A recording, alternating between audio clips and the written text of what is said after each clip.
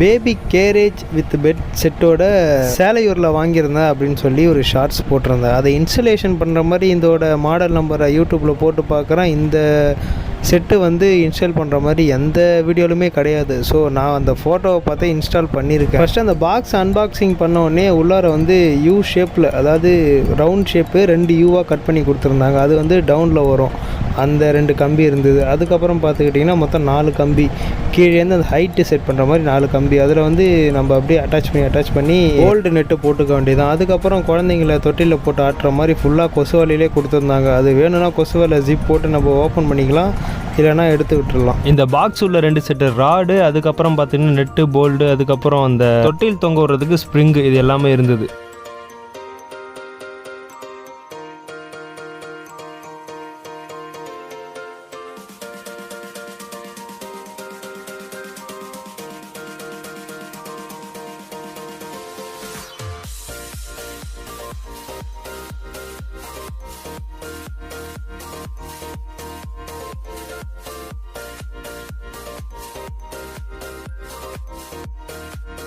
இந்த stand ready பண்ணுறதுக்கு first கீழேருந்து ஸ்டார்ட் பண்ணிடலாம். ஓ ஷேப்பில் உள்ளதை அட்டாச் பண்ணிட்டு நெட்டு போல்டு போட்டு டைட் பண்ணுறவன்றதாங்க. இந்த ஃபுல் ஸ்டாண்டுக்கு ஃபுல் கிரிப்பே இது மட்டும்தான்.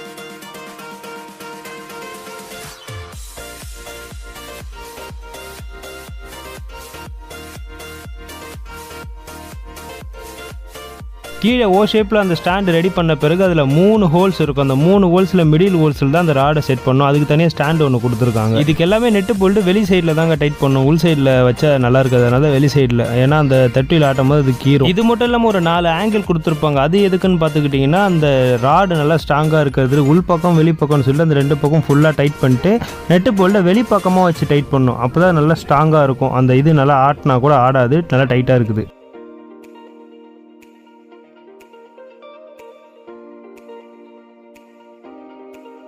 ஸ்டாண்டு ஒரு 50% ரெடி ஆகிடுச்சு. இதுக்கு மேலே என்னென்னா, இதுக்கு மேலே ஒரு ராடு வச்சு அதை டைட் பண்ணிட்டு ஃபைனலாக தான் யூ ஷேப் தூக்கி மேலே வைக்கணும்.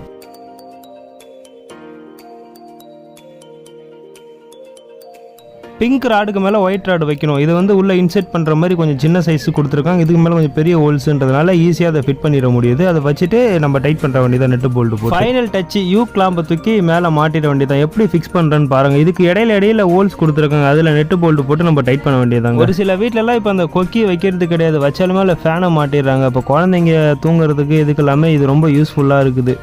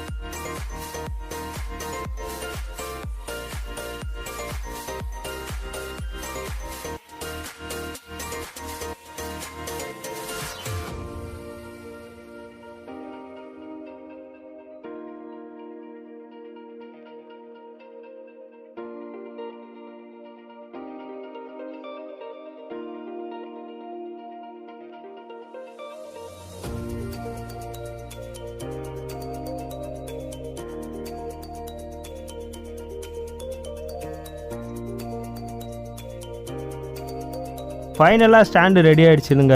வீடியோ பிடிச்சிருந்தா லைக் பண்ணிட்டு நம்ம சேனலையும் மறக்காமல் சப்ஸ்கிரைப் பண்ணிவிடுங்க.